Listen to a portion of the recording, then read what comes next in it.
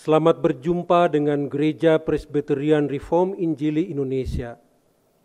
Bapak Ibu Saudara-saudaraku sekalian, marilah kita beribadah kepada Tuhan dan mari kita mengawalinya dengan kita mengambil saat teduh sejenak.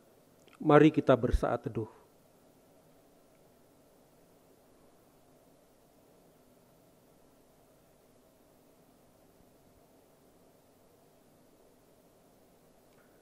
Saat teduh selesai,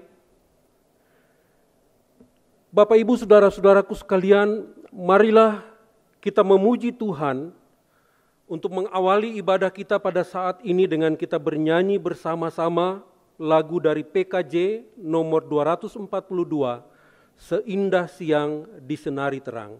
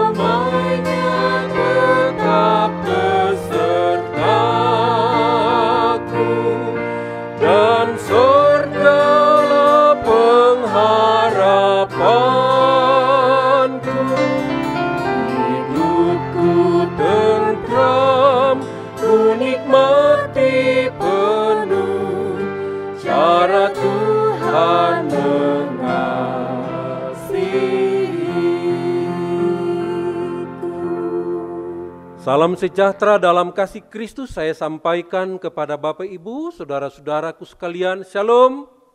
Saya berharap kita semuanya tetap berada dalam sukacita ilahi dan mari kita memberi salam kepada setiap orang yang ada di sebelah kita, suami kita, istri kita, anak-anak kita, saudara-saudara kita. Puji Tuhan, dengan kita saling memberi salam, menunjukkan bahwa kita adalah keluarga Allah. Satu di dalam Tuhan. Baiklah Bapak Ibu Saudara-saudaraku sekalian, saya mengundang kita semua untuk berdiri dan bersama-sama kita akan membaca Mazmur pasal 108 ayat 2-6 secara berbalas-balasan sebagai panggilan untuk beribadah. Mazmur 108 ayat 2-6. Hatiku siap ya Allah, aku mau menyanyi, aku mau bermazmur, bangunlah hai jiwaku. Bangunlah hai gambus dan kecapi, aku mau membangunkan fajar.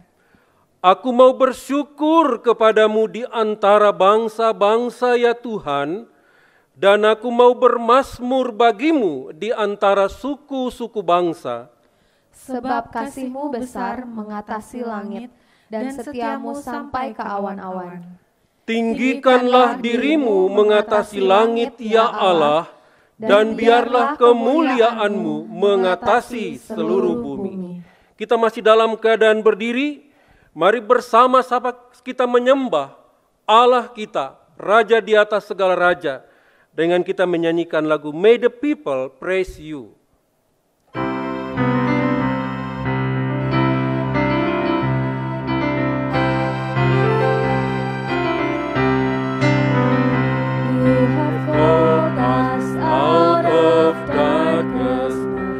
Into your glorious light, that we may sing the wonders of the risen Christ. May our every breath retell the grace that broke into our strife, with boundless love and deepest joy.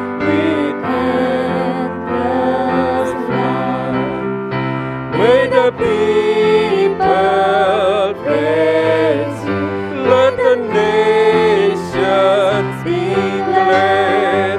All your blessing comes that we may praise the name of Jesus.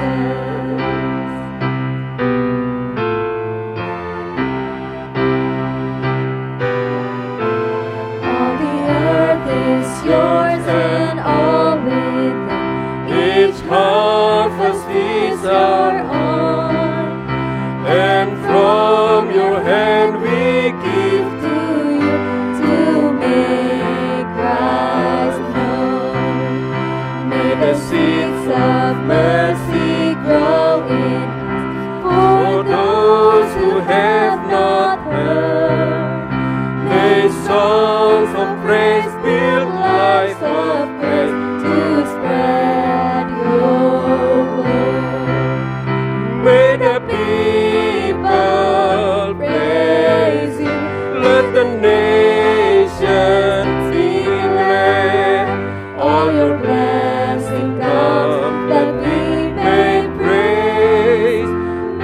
praise the name of Jesus.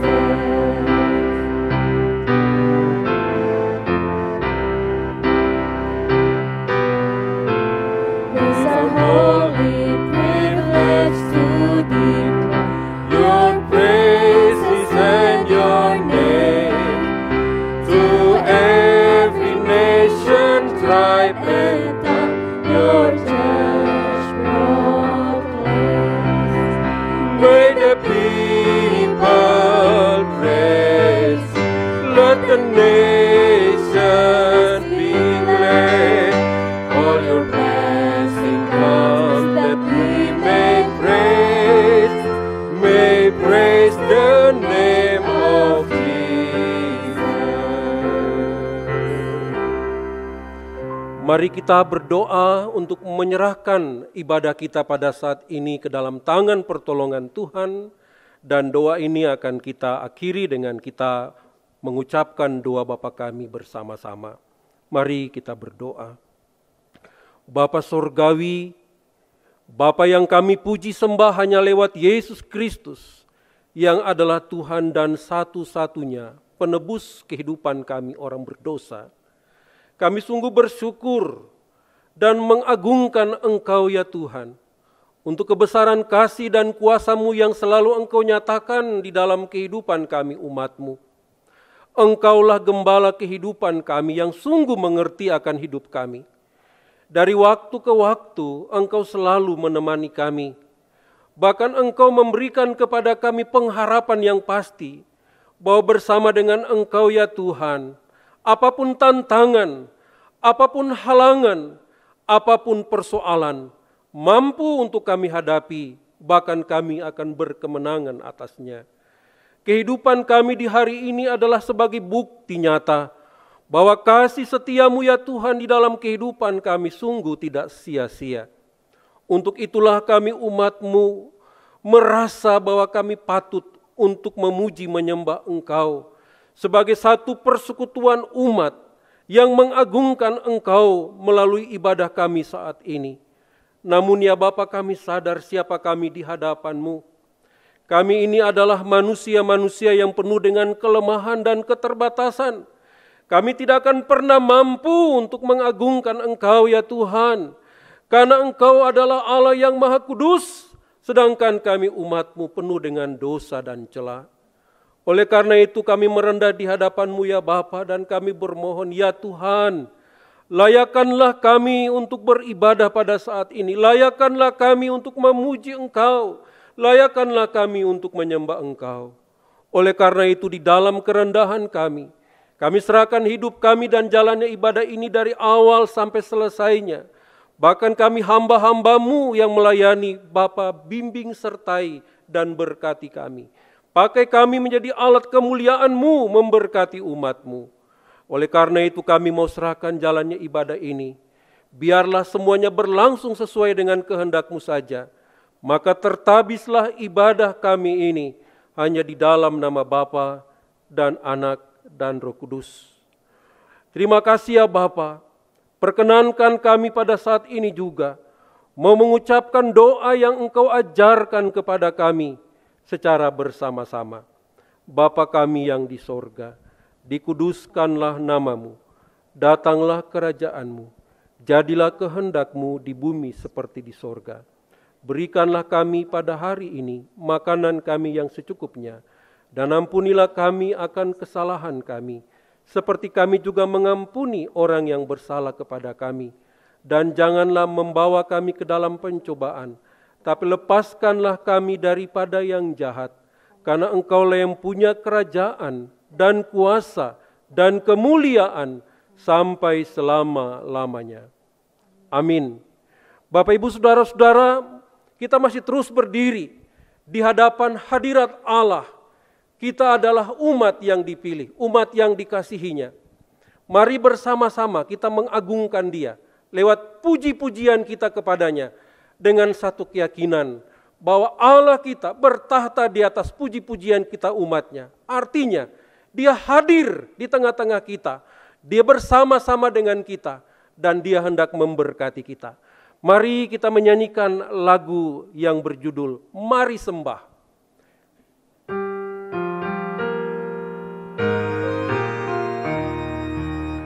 Mari sembah Allah yang akbar, agungkanlah karyanya besar. Allah kuasa di atas isi dunia, patutlah semua memuji namanya. Mari sembah Allah yang akbar. Mari sembah Yesus penebus, agungkanlah Dia.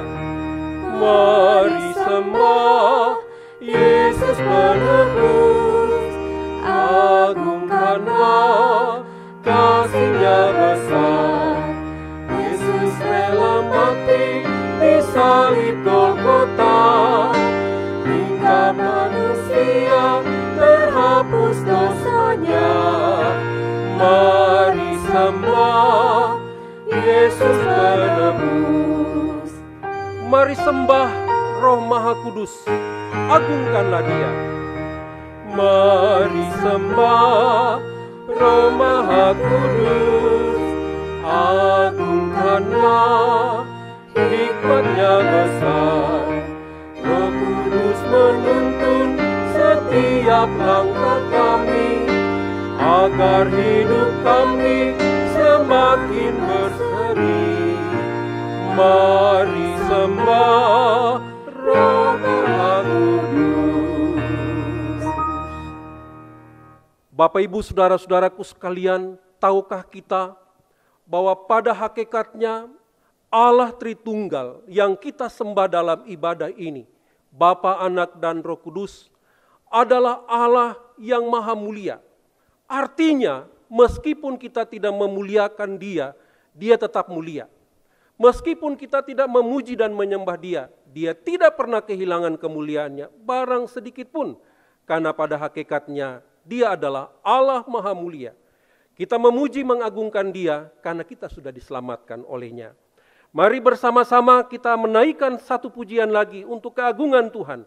Kita menyanyikan lagu, Nyanyikan Tuhanmu, Haleluya.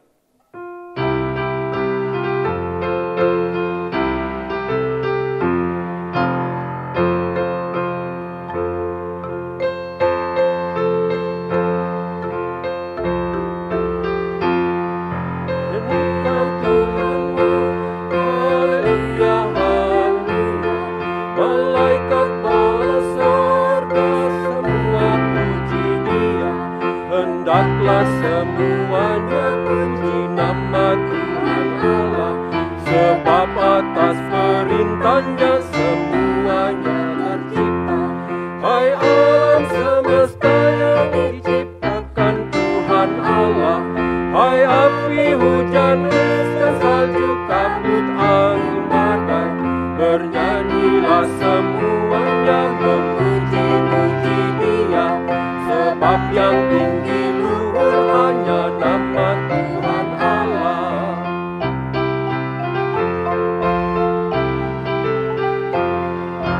Nyanyikan Tuhanmu, haleluya, haleluya. Malaikat kerubim serafim pun puji Dia, yang mendirikan semuanya untuk selamanya. Keagungannya mengatasi langit alam raya. Wahai segala raja serta pemerintah dunia, teruna anak dan orang tua dan yang muda, bunyikan bagi Tuhanmu seruling dan kecapi, dan puji Dia dengan sorak-sorai dan menari. Terpujilah Allah Tritunggal selama-lamanya. Amin. Bapak, Ibu, Saudara-saudara, saya persilakan untuk kita duduk kembali dan kita datang kepada pengakuan iman dan pertobatan. Mari bersama-sama kita masuk dalam pengakuan iman komunal, dan pengakuan iman komunal ini berdasarkan Katekismus Kecil Westminster, pertanyaan nomor 59 dan nomor 60. Hari keberapa dari 7 hari dalam seminggu yang ditetapkan Allah untuk menjadi Sabat? Sejak permulaan dunia hingga kebangkitan Kristus, Allah menetapkan hari ke-7 setiap minggu menjadi Sabat, dan hari pertama dari setiap minggu sejak saat kebangkitan itu hingga kiamat menjadi hari Sabat orang Kristen. Bagaimana hari Sabat seharusnya dikuduskan? Hari Sabat dikuduskan dengan mengadakan istirahat yang kudus sepanjang hari itu dari bekerja dan rekreasi duniawi yang diperbolehkan pada hari-hari yang lain, dan menghabiskan seluruh hari itu dalam ibadah kepada Allah secara publik maupun pribadi, kecuali bila seseorang harus menunaikan tugas-tugas yang amat penting dan pekerjaan belas kasihan. Demikianlah pengakuan iman komunal kita. Bapak, Ibu, Saudara-saudaraku, sekarang kita datang dalam pengakuan dosa komunal. Mari dalam sikap kita merendah di hadapan Tuhan, kita masuk dalam pengakuan dosa komunal. Allah yang Maha Pengasih, Engkau memanggil kami untuk menjadi umat-Mu yang bersukacita dan bersyukur atas segala karunia-Mu. Namun, ada waktu ketika dosa dan kesesakan mengepung kami, sehingga kami lupa untuk beribadah dan menguduskan Sabat-Mu. Kami melepaskan pandangan kami dari syukur kepadamu, sehingga kami jatuh ke dalam kesombongan. Kami melepaskan pandangan kami dari salib Kristus, sehingga kami jatuh ke dalam kepanikan. Kami berfokus pada pekerjaan kami dan bukan pada pekerjaan kasih-Mu. Angkatlah mata kami, ya Tuhan Yesus, dan perbaharuilah sukacita kami di dalam-Mu. Ingatkanlah kami bahwa pengampunan kami terletak pada pengorbanan salib-Mu. kebangkitan kami pada kematian-Mu, sukacita kami pada kedatangan-Mu kembali. Di dalam nama-Mu kami berdoa. Amin. Bapak, Ibu, Saudara-saudara, saya berikan waktu beberapa saat kepada kita untuk masing-masing kita melakukan pengakuan dosa secara pribadi. Mari kita memulai pengakuan dosa secara pribadi.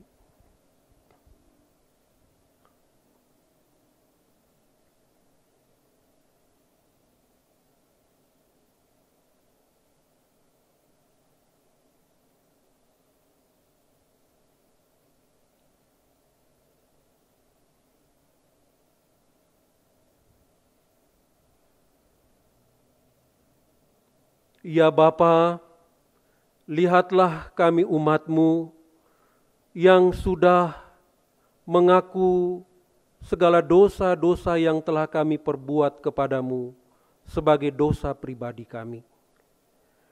Dengar dan sahutilah kami, ya Tuhan, dan biarlah belas kasih-Mu Engkau nyatakan menaungi kehidupan kami, agar kiranya kami beroleh pengampunan yang daripada-Mu. Kami dikuduskan dan kami dituntun kembali untuk hidup dalam kasih karunia-Mu, agar kehidupan kami selaras dengan kehendak-Mu saja, dan kehidupan kami layak menjadi kehidupan yang mengagungkan Engkau. Terpujilah Engkau ya Bapa, dalam nama Tuhan Yesus kami berdoa. Amin. Umat Tuhan, dengarkanlah jaminan pengampunan dosa yang terambil dari 1 Yohanes pasal 2 ayat 12. Firman Tuhan berbunyi, Aku menulis kepada kamu, hai anak-anak, sebab dosamu telah diampuni oleh karena namanya. Mari kita bersama-sama datang kembali menghadap kekudusan Tuhan di dalam doa syafaat kita. Mari kita berdoa. Bapa Surgawi, tiada henti-hentinya kami datang berseru kepadamu. Oleh karena Engkau satu-satunya Bapa yang baik di dalam kehidupan kami. Bapa yang sungguh memahami kehidupan kami. Meskipun kami belum mengungkapkan lewat tutur kata kami, tapi Engkau tahu persis pikiran dan hati kami. Kami merasa terlindungi. Kami merasa aman dan nyaman di dalam Engkau ya Bapa.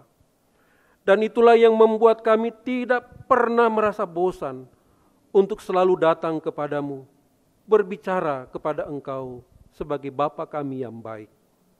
Bapa, kami bersyukur berterima kasih untuk segala karya selamat-Mu yang sudah Engkau nyatakan di dalam kehidupan kami di sepanjang waktu-waktu yang sudah berlalu. Dalam kehidupan kami sebagai pribadi, dalam kehidupan keluarga kami, dalam kehidupan persekutuan kami di gereja ini, bahkan juga di dalam setiap aktivitas kerja, bisnis dan profesi kami. Kami sungguh merasakan penyertaan-Mu ya Bapa, yang membuat kami tetap ada kemampuan, kami tetap ada sukacita menghadapi kehidupan yang penuh dengan liku-liku ini. Bahkan kami boleh berkemenangan atasnya. Kami boleh melihat ada pengharapan di dalam Engkau ya Bapa, yang memberikan kepada kami terus ada rasa optimis, ada rasa semangat untuk kami terus menjalani kehidupan ini. Saat ini ya Bapa, kami mau membuka kehidupan kami dan kami mau menyerahkan kehidupan kami. Sebagai pribadi, sebagai keluarga, dalam melaksanakan tugas dan tanggung jawab yang sudah Tuhan Engkau percayakan kepada kami. Sebagai kaum bapa, Tuhan Engkau memberikan kepada kami tanggung jawab yang tidak ringan untuk mengayomi kehidupan istri dan anak-anak kami, untuk menjadi teladan dalam kehidupan kami sebagai keluarga Allah. Ya Bapa, tolong kami, perlengkapkanlah kami selalu dengan hikmat, kuasa, wibawa dan karunia-Mu, supaya ketika kami mampu berperan sebagai seorang kepala keluarga, sebagai seorang ayah bagi anak-anak, sebagai suami bagi istri kami tidak menjadi sombong, tapi membuat kami kembali sadar bahwa semuanya semata-mata anugerah-Mu dalam hidup kami. Ya Bapa, tolong kami sebagai kaum wanita, sebagai ibu rumah tangga, bagi anak-anak kami, bahkan sebagai istri bagi suami kami. Tolong kami Bapa di dalam melaksanakan tugas dan tanggung jawab yang tidak ringan di dalam rumah. Mampukan kami ya Tuhan, supaya dengan sukacita, dengan kesabaran, dengan hikmat yang daripadamu, kami mampu melakukan semuanya dengan baik dan benar. Dan biarlah melalui pelayanan kami di dalam keluarga kami masing-masing, nama-Mu dipermuliakan. Kami berdoa ya Bapa, menyerahkan ke dalam tangan kasih kuasa-Mu untuk kehidupan kami sebagai suami istri. Ya Bapa, ikatlah kami terus dengan tali kasih-Mu, supaya si jahat itu tidak mengambil kesempatan dalam kesempitan, yang mencoba-coba untuk meretakkan hubungan kasih kami, bahkan membuat kami tercerai-berai. Hamba berdoa menyerahkan untuk anak-anak kami, dalam masa pertumbuhan mereka secara holistik, ya Bapa berkatilah. Biarlah mereka boleh bertumbuh sebagai anak-anak yang hidup mengasihi Tuhan, yang hidup takut akan Tuhan. Berkati mereka ya Bapa, supaya sejak dari kecil, sejak dari muda, mereka hidup takut akan Engkau. Berkati mereka dalam pergaulan, dalam permainan, berkati mereka dalam studi mereka. Terlebih khusus ketika sedang dilanda dengan wabah virus corona ini ya Tuhan. Agar mereka tidak merasa jenuh ketika belajar dari rumah. Berikan semangat, berikan sukacita kepada anak-anak kami ya Tuhan. Bahkan hamba berdoa menyerahkan kami sekalian Tuhan, karuniakanlah kepada kami kesehatan yang baik, supaya di tengah-tengah situasi dunia yang meresahkan oleh karena penyebaran wabah virus corona ini, kiranya kami semua tetap aman dalam perlindungan Tuhan.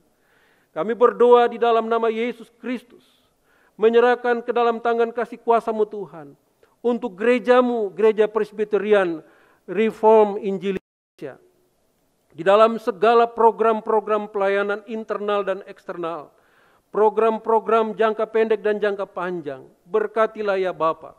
Rencana dalam urusan untuk membentuk satu sinode di Indonesia ini, biarlah Bapa Engkau yang campur tangan, Engkau yang memberkatinya, supaya semuanya itu berjalan sesuai dengan rencana dan kehendak Tuhan saja.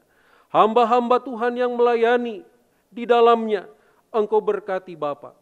Engkau memampukan mereka dengan hikmat kuasa karunia yang daripada-Mu, supaya mereka terus bersemangat, bersukacita di dalam pemberian diri untuk melayani. Kami berdoa ya Bapa di dalam nama Yesus Kristus, juga untuk situasi Indonesia, bahkan juga situasi Sulawesi Utara dan Kota Manado, yang saat ini sedang berada dalam situasi yang sulit secara ekonomi. Biarlah Bapa kiranya yang campur tangan, menolong Presiden, Wakil Presiden, dan Kabinet Kerja yang ada, pemimpin-pemimpin kami yang ada di pusat sampai ke daerah-daerah. Tolong mereka supaya mereka memiliki satu sinergitas yang baik, mampu untuk bekerja sama dengan baik antara pusat dan daerah.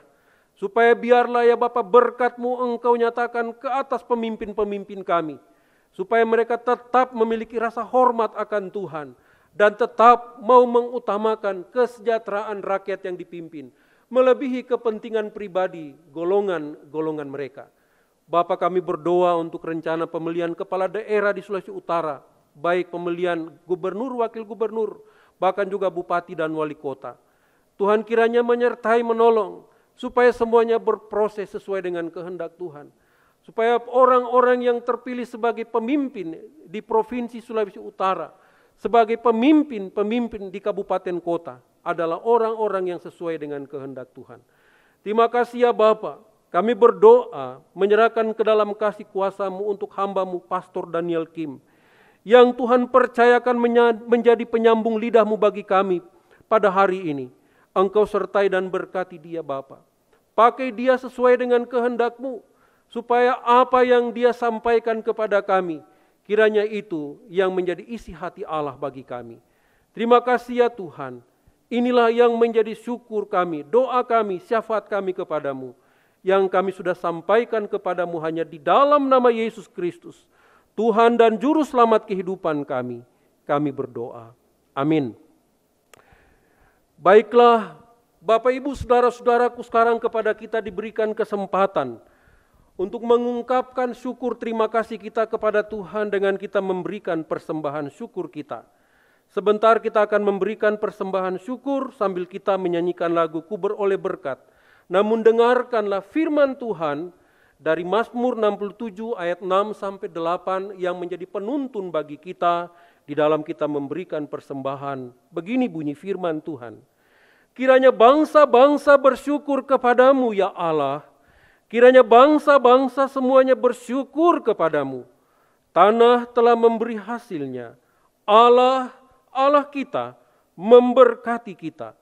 Allah memberkati kita. Kiranya segala ujung bumi takut akan Dia. Ku beroleh berkat, dan mari kita memberikan persembahan dengan tulus hati.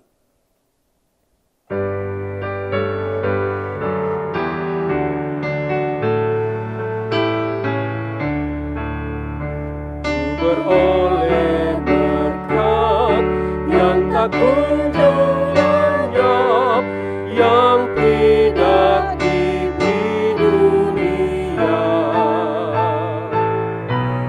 relung hatiku, walau syarat beban, ada damai sejahtera bakal. Yesus yang selalu tinggal serta, Ia di dalamku, ku dalamnya. Aku senantiasa menyertaimu, itulah janjinya kepadaku.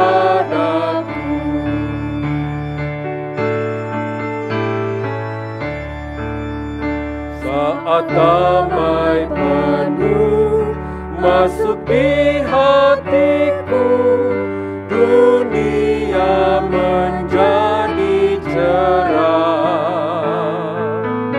Kesusahan lenyap, gelap berganti terang. Yesus Tuhan agung mulia. Yesus yang selalu tinggal serta, Dia di dalamku, ku dalamnya. Aku senantiasa menyertaimu, itulah janjinya kepadamu.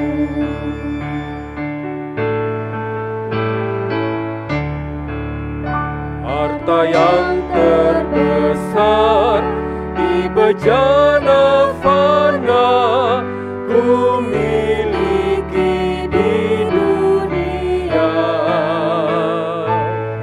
Pada hari mulia aku dibawanya, masuk surga kekal sertanya.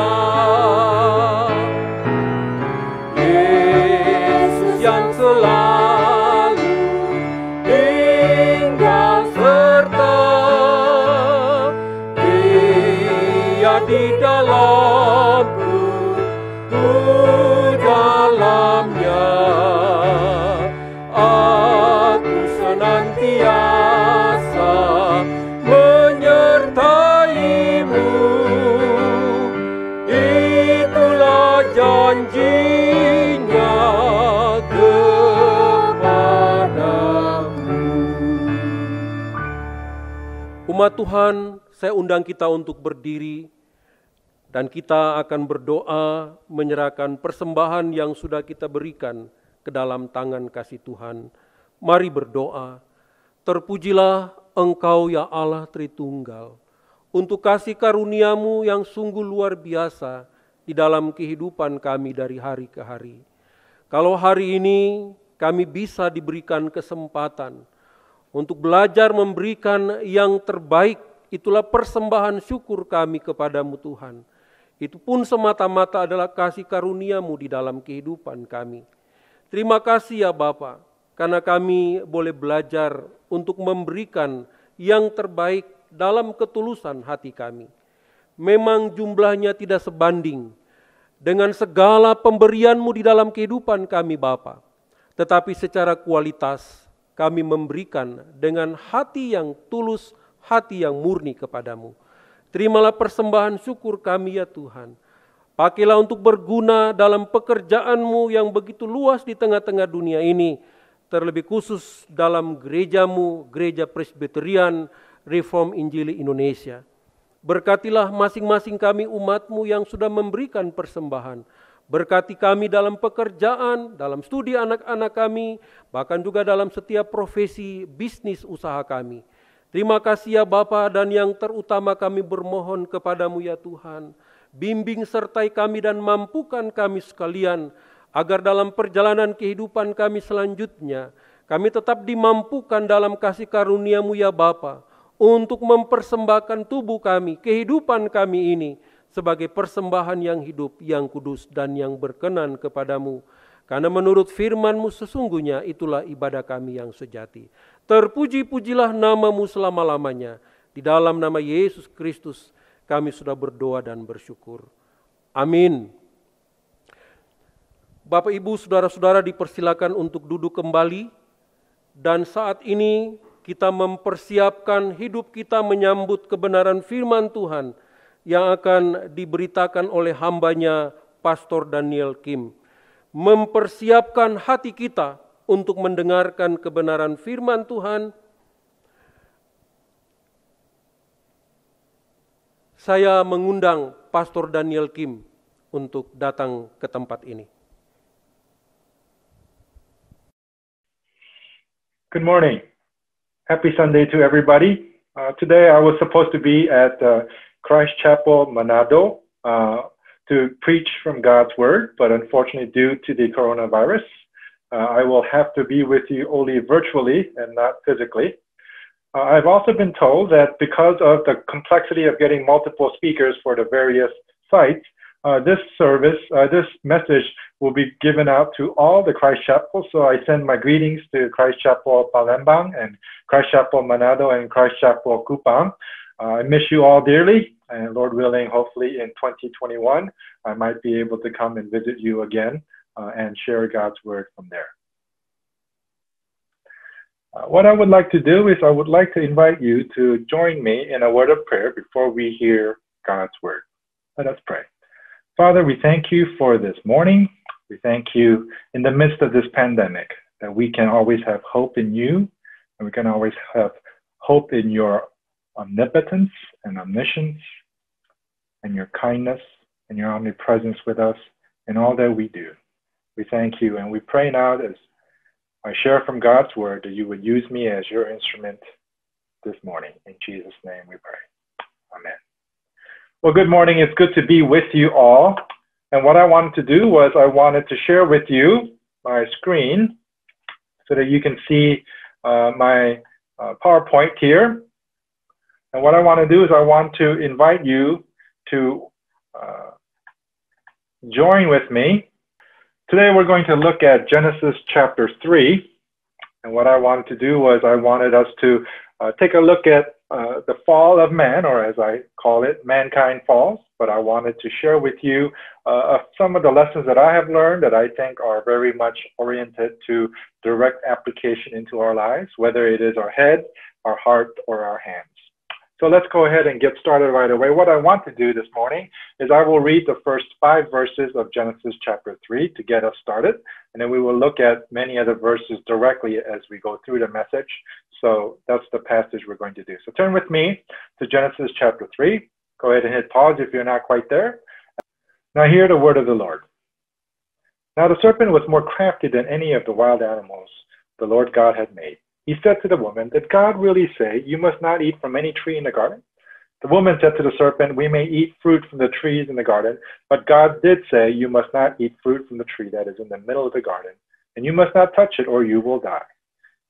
"You will not certainly die," the serpent said to the woman, "for God knows that when you eat from it, your eyes will be opened, and you will be like God, knowing good and evil."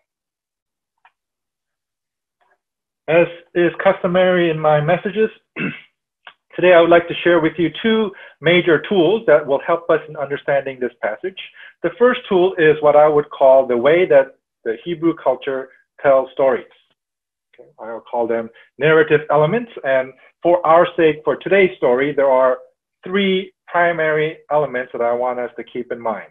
First, when they tell a story, they will often do so in the form of dialogue, people having conversation. Today we will see this as our primary narrative element. However, we do also have occasional background information, or what I would call narrator comments. They will give us additional information, and we'll see a little bit of that today.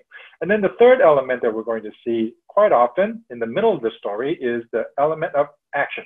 Most narratives will have some sort of action, and that will drive the story for our passage today. The second tool that I want us to keep in mind is this tool called chiasm. I will explain it further by way of example specifically in this passage, but you guys have already been familiar with chiasm. It's the A, B, B prime, A prime way of telling the story, and we will see that in today's passage. What I want you to take away, and I want to take away from our passage today, is this very simple and yet profound takeaway. First, we fell alongside Adam and Eve's sinful behavior, but God gives us hope. And we will see both of these elements of today's main takeaway in the passage in the coming section. But before we get into Genesis chapter 3, we've got to have a brief recap of Genesis 1 and 2. Please remember that somebody who is listening to this in the Old Testament times would have just heard the stories of Genesis 1 and 2. And these two stories, Genesis 1 and 2, teach us that God, in this case, one God, created our world, created all that is in it, and our universe, the stars, as the Bible says. The second important context, key story of Genesis 1 and 2 is that they teach us that God created and gave man a special purpose by giving us his image so that we might rule over God's creation. So keep that in mind. One is that it teaches us who created this world, one God. And secondly, it teaches us that God gave us a very specific purpose to rule over his creation by giving us his image. Let's get right into it. There are essentially three main sections in today's passage. The first section here is the section that I have labeled temptation. It's verses 1 through 7. And you will notice that all three narrative elements come through in this passage, in this brief 7 verses. You will notice that it begins, the first half of chapter 3, verse 1 says, "Now the serpent was more crafty than any of the wild animals the Lord God had made." And here we can clearly see that this is what we call background information or narrator information, right? But then now we get to see immediately the main narrative element in today's chapter, and that is dialogue. And we can see that we're introduced to this serpent because the serpent is now going to have dialogue with God's creation. Let's see who he talks with. In the second half of verse 1, it says this: "He said to the woman, 'Did God really say you must not eat from any tree in the garden?' And of course, Eve answers, 'Of course we can eat from any tree in the garden. That's what God said. But he did tell us not to eat from the tree in the middle of the garden.'" And notice what Satan says, or what the serpent says. He says, "You will not certainly die." And he goes on in verse 5, "For God knows that when you eat from it, your eyes will be opened, and you will be like God, knowing good and evil." Here we get a very clear picture of how Satan works when it comes to tempting us. Notice what he does. Recall that in chapter 2, when God created man, and then he put him in the garden, he said, "You may eat from any tree in the garden." Notice what Satan does. He just changes, or he actually just adds only one word to both of God's statements. He says, "You must not eat from any tree," when God said, "You may eat from any tree in the garden." And then when God says, "But if you eat from the tree of the fruit, from the tree of the knowledge of good and evil, you will certainly die." Notice what Satan says in verse 4, "You will not certainly die. I hope you will see that the takeaway that we can get from this is that when Satan tempts us, he certainly does not tempt us with outright lies, because even you and I can determine when Satan is saying outright lies. So what he does is he takes God's truth, what God says, and he twists a little bit of it. He adds a word or he takes it away, and he creates what we call half-truths. And that's where the deception lies. And Satan here tempts the woman by telling mostly God's truth, but twisting and adding things to it that clearly deceives the woman.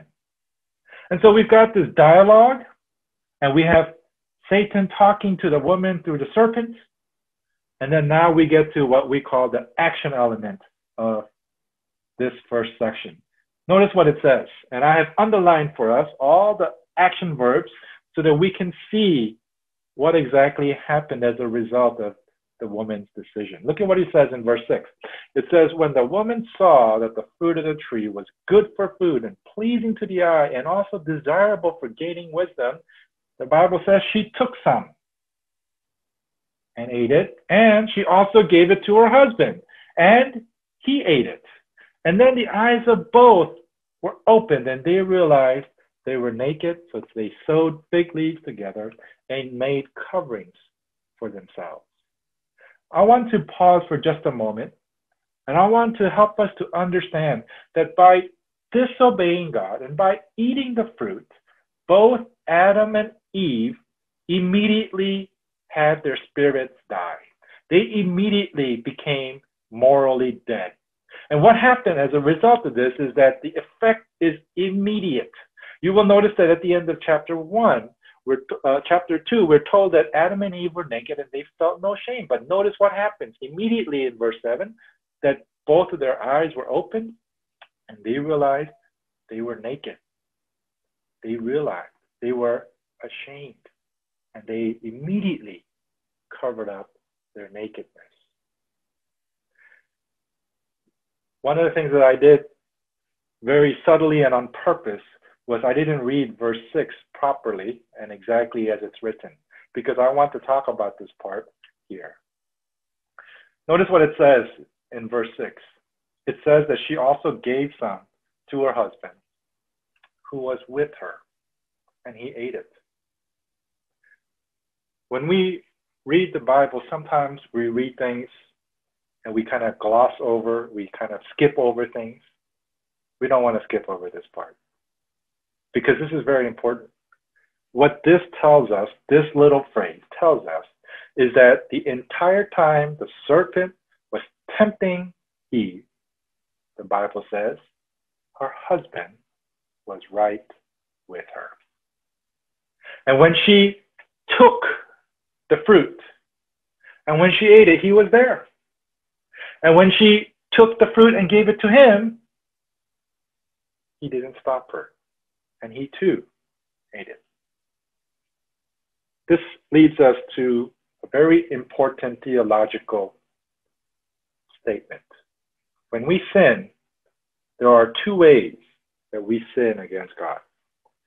The first is what we call the sin of commission. When Eve ate that fruit, she committed the sin of commission. But before you want to blame Eve for all the sins of this world, I want to challenge you. Adam too, while she ate the fruit, committed the sin of omission.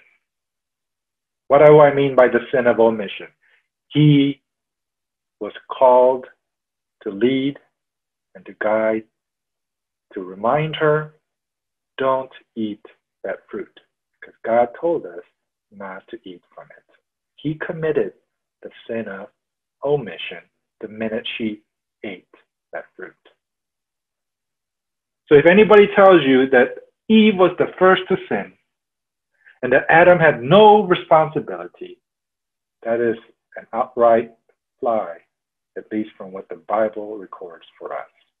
Both Adam and Eve sinned simultaneously. The minute she ate it, Adam had the opportunity to stop her, and he did not stop her.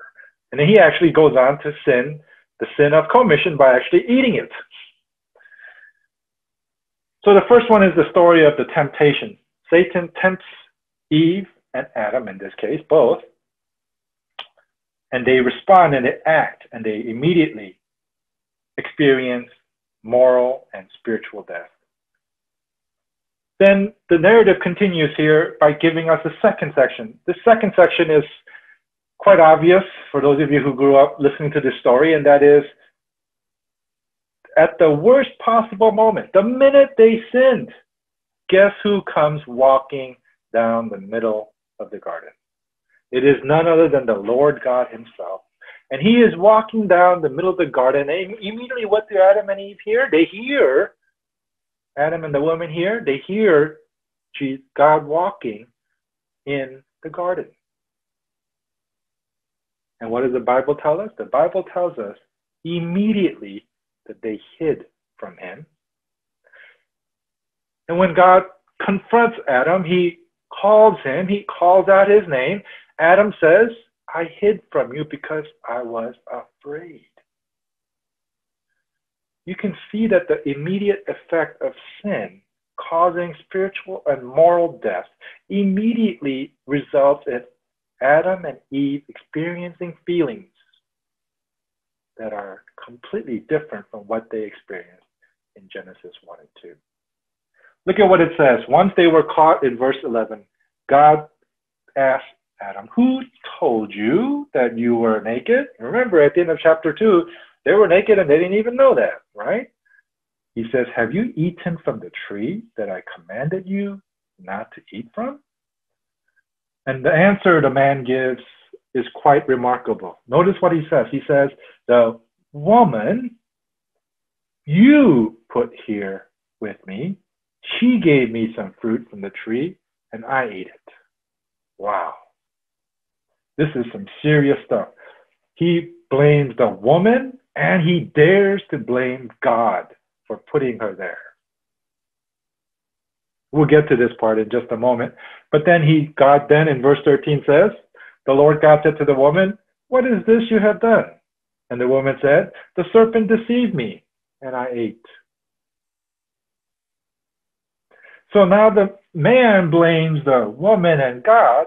And then when God asks the woman, what is this you've done? The woman immediately says, the serpent deceived me and I ate. Now we need to get to our second tool for today, the chiastic order. You will notice that in this dialogue section of verses 11 to 19, it is stated within a chiastic structure. You will notice here, for example, that God first asks man in verses 11 and 12, he answers. In verse 13, God asks a woman and she answers. And so God begins to curse the serpent. We'll get to that in just a moment in verses 14 through 15. And then in verse 16, God curses the woman, or in this case, childbirth and labor. And then God curses man, in this case, the ground, so that it will not obey man and would make it difficult to rule. You will notice that this is a chiastic structure because it starts with man, then the woman, then the serpent, then goes back to the woman, and then goes back to the man. And this chiastic structure teaches us very quickly and very significantly that the most important part of this structure is not actually the first, it's not actually the second, but it is actually the middle section, is the main area you want to pay attention. So what we're going to do is when we look at these curses, we're going to look at the curse that God places on the serpent, because this is where the main focus ought to be in the curses section today. So let's take a look at that a little bit more closely. In verse 14 and 15, you will notice what God does. When he curses Satan, he actually gives us hope. Look at what it says in verse 14. So the Lord God said to the serpent, because you have done this, cursed are you above all livestock and all wild animals. You will crawl on your belly and you will eat dust all the days of your life. But then look at what he says in verse 15. He says, I will put enmity between you and the woman, and between your offspring and hers. He will crush your head, he being the descendant of the woman, and you, the descendant of the serpent, will strike his heel. I want to pause for just a moment, and I want to tell you that when you see that phrase, he will crush your head, that is a statement of victory. It is something that we ought to have great hope, and we do. We see this as what we call an early form of the gospel. The he here is referring to the Messiah, who later gets revealed as Jesus the Christ. And it says he will crush your head, and we know that Jesus will indeed, as the Messiah, have victory over Satan. But I want to focus your attention to the second part. The second part says, you, Satan, will strike his heel. And I want to pause for just a moment and help us to understand what this means, strike his heel. I want to help us to understand that when the Bible says the word heel, in the ancient Middle East, that word heel has a very specific meaning, and that word is deception. Okay, the word heel, remember, I want to give you a living example. Do you remember the birth of Esau and Jacob? Remember, the Bible records that when Esau was born, Jacob was born holding his heel as he came up, and they immediately called him Jacob, right? Because the word Jacob is the same word as heel. And later on in the story in Genesis, we discover over and over again what a deceiver Jacob really is. And that's what the Bible tells us.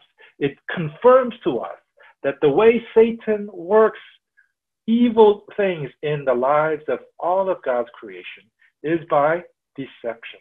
Satan is indeed the father of lies.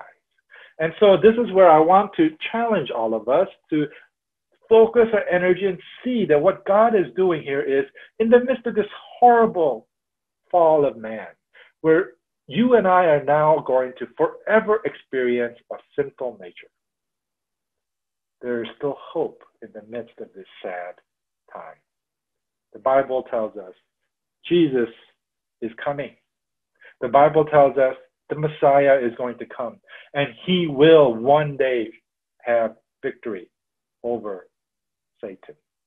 And you and I can have that hope. But the Bible challenges us, God challenges us to be aware of Satan's methods. Then we get to the woman and the man.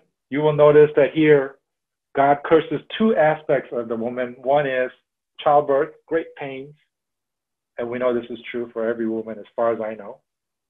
And then the second thing is the brokenness of marriage. God says your desire will be for your husband and he will rule over you. There will be a constant battle between the husband and the wife. And then when God curses the man in verses 17 to 19, what we see is great tragedy, actually. It tells us very clearly that because of Adam's sin, and because he broke God's command, the Bible says, cursed is the ground because of you. That we will no longer be able to rule over this creation, and that this creation will easily obey like it ought to. Instead, the Bible says, through painful toil, you will eat from it all the days of your life. And God promises thorns and thistles, weeds, that'll make it difficult for the ground to produce the food. And the Bible tells us that by the sweat of our brow, we will eat. And he says, since you were taken from the ground, for dust you are, and to dust you will return. Now we get to the third part of today's story, the long-term consequences. I want to challenge us. We, as a result of Adam and Eve, not just Adam and Eve, but we all experience long-term consequences. Remember when the Bible tells us that God commanded Adam and Eve saying, if you eat it, the day you eat from it, you will surely die. We see evidence of the spiritual death, immediate consequences. But now we're going to see that God begins to lay the groundwork for the second aspect, and that is physical death. You will notice in verse 20, Adam names his wife Eve because he says she will become the mother of all living things, and Chava is indeed the word that represents the word for life, the Hebrew word for life. But then you will notice in verse 21, God still continues to show his mercy. Remember when Adam and Eve first discovered that they were naked, they sewed fig leaves. Remember leaves? Leaves are not long lasting. So what does God do? He made garments of skin. But in order to do so, what did God have to do? He had to sacrifice animals in order to clothe Adam and Eve. And yet God still chose to do that. But let's look at verse 22, because this is very important. It says this, "And the Lord God said, the man has now become like one of us, knowing good and evil. He must not be allowed to reach out his hand and take also from the tree of life and eat and live forever." So what does God do? He decides to banish Adam and Eve from the garden. And once he drives them out, he places on the east side of the garden a cherubim and a flaming sword, flashing back and forth to guard the way to the tree of life. What we see here is not only did God fulfill his promise, he said, if you eat from it, you will surely die. They experienced the spiritual death immediately. And now, by banishing them from the garden, not only did they not experience God's intimacy like they used to, but they also lose access to the tree of life that would allow them to live forever. And so now God sets in motion the second part of the consequence, physical death. And we will see this much later in Genesis chapter 5. What are some important takeaways? There are some very important takeaways for all of us to consider. So now we come to the application part of our message. Today, the application part of our message is going to be a little bit longer. And what I've decided to do was to break up each three domains, the head, heart, and the hands, into all three points of our passage. All right, so the first thing, our head, how we think. I want to challenge us. Have we noticed, perhaps, or have we actually experienced Satan's way of temptation? Have we realized that when we sin, we can sin in two different ways, the sin of commission and the sin of omission? And lastly, in the head domain, how has our thinking been challenged about the long-term consequences of death? The Bible tells us that we will experience death in both spiritual and physical terms. I hope that one of the things that we have to do is to wrestle with all these three areas in our heads. But we also have to wrestle with it in our hearts. Our heart is where we have our feelings and our will and our conviction. Perhaps one of the first challenges is in our conviction, in our will. Are we easily tempted by Satan's deception? Do we easily fall into his temptation? Second thing, how about, do we sense the Holy Spirit's conviction when we sin? The sins of commission and the sins of omission. And thirdly, do we accept? Have we come to a sense of acceptance in our hearts that we are indeed born with a sinful nature? This world teaches us that we are born pure and that the environment is what corrupts us. But the Bible tells us, no, we are born with a sinful nature because of what Adam and Eve did in Genesis chapter 3. And the last one, the hands section. How are we going to counter Satan's deceptions? Remember, Satan doesn't say outright lies to us. He gives us half-truths. He gets most of the Bible true, and then he inserts or he takes away or he twists God's word in some way. My encouragement and challenge to all of us is, in order for us to counter Satan's deceptions, we must first know the truth, the original, God's word, so well that we can recognize when Satan is deceiving us. Or to put it another way, let me give you the illustration of people who are counterfeit investigators. What they do is they don't study all the counterfeits. What they do is they study the original. And if you know the original money, you can very easily spot the fakes. because you can feel the difference, you can weigh it, you can feel the weight of it, you can even know the way it looks and all the various ways that it has been created to prevent counterfeits. That's how you know the fakes from the real. I want to challenge you. We can easily figure out Satan's deceptions if we know God's word. So my challenge to you, how are we going to counter Satan's deceptions? How are we going to remind ourselves of the two types of sin? I will challenge to all of us that we have no problems with the sin of commission. We all know exactly what that is. But what about the sin of omission? What about us not doing something we ought to do? What about us stopping somebody who we know is about to commit a sin, and yet we leave them alone and we just let them fall into sin, and we do nothing to try to stop? That's a sin of omission. And lastly, how are we going to acknowledge our sinful nature? Are we going to just walk around pretending that we are good? Or are we really going to acknowledge our sinful nature? One way we do, the Bible tells us over and over again, is through confession and repentance.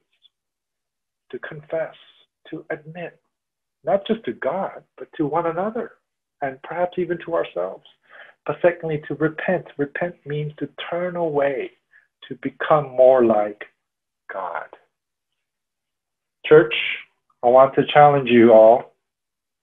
I want to challenge you. This passage is a lot. There is a lot in this passage, and I do know that. I acknowledge that. We will never have enough time in the service to do this. But I do want to just challenge all of you. Satan deceives. And we see Adam and Eve fall into his deception. And they experienced immediate consequences to their spiritual lives. They immediately died in their spirit. And when God came and God asked them what is going on, their immediate reaction was to deflect and to blame others. That is what we do all the time. Church, I want to remind all of us, we need to submit to God. We commit sins of commission and sins of omission all the time. And we need to come before God and surrender to him and ask him to have mercy upon us in all that he does. Let us pray. Father, we thank you for this challenging word from Genesis chapter 3. We acknowledge that we are sinful. We acknowledge that we commit sins of both omission and commission. And Father, whenever we do, we ask the Holy Spirit that he would come and convict us of our sins, that we might submit before you in confession and seeking repentance, that our lives would turn around and face the proper direction and following after you. We thank you for this day, and in Jesus' name we pray. Amen. Bapak, Ibu, Saudara-saudaraku, demikianlah firman Tuhan yang sudah kita dengarkan bersama. Saya percaya bahwa pemberitaan firman Tuhan yang sudah disampaikan oleh hamba-Nya sungguh memberkati kehidupan kita sekalian. Baiklah, mari kita meresponi kebenaran firman Tuhan tadi dengan kita menyanyikan lagu In Christ Alone.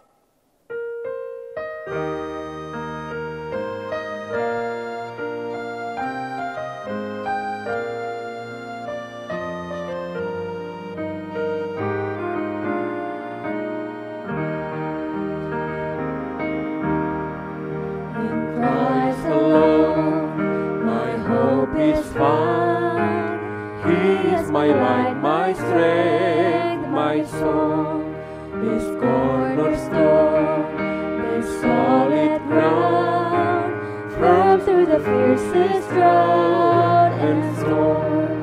What heights of love, what depths of peace, when fears are stilled, when striving cease, my comforter, my all in all. Here in the love of Christ I stand.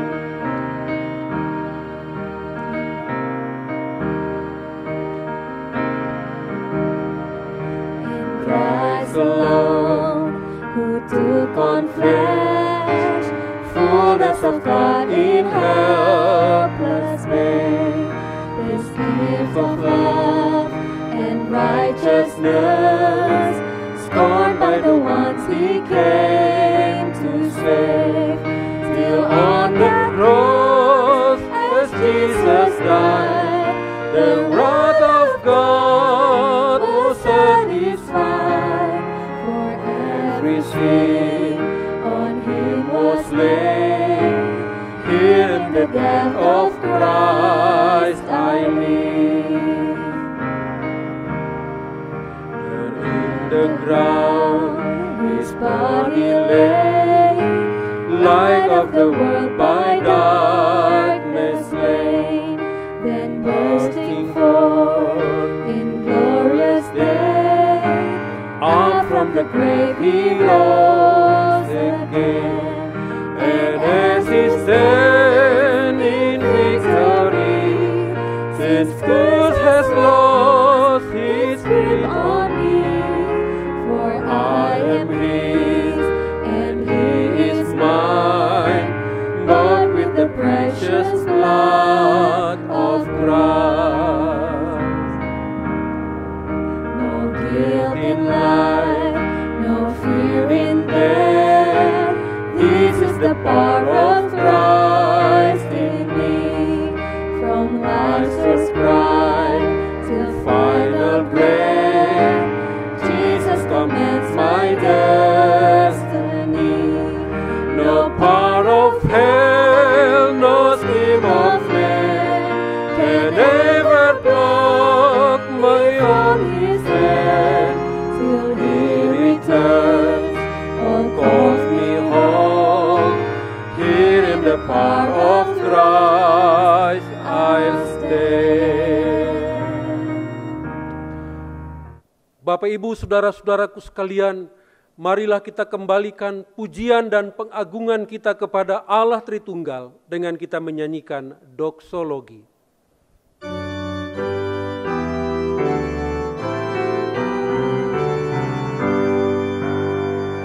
Puji Allah sumber berkat, puji Dia hai semua ciptaan, puji Dia hai segenap malaikat, puji Bapa, Putra dan Roh.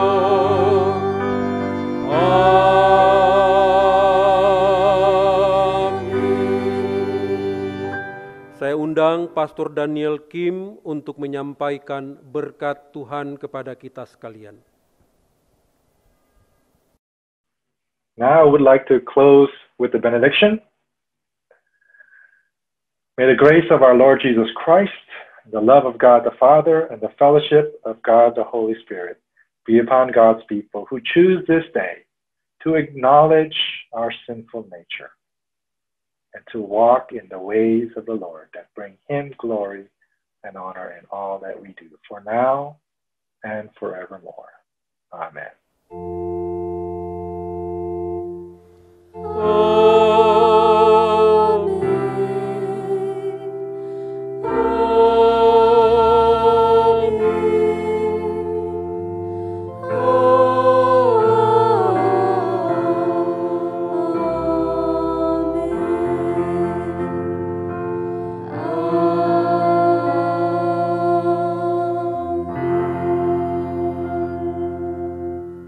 Amin. Bapak, Ibu, saudara-saudaraku, demikianlah ibadah kita pada hari ini. Saya percaya semua kita sungguh diberkati oleh Tuhan. Mari kita mengambil waktu untuk bersaat teduh sejenak.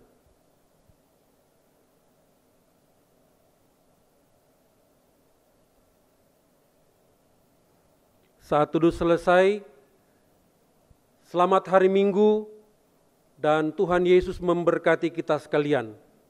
Shalom.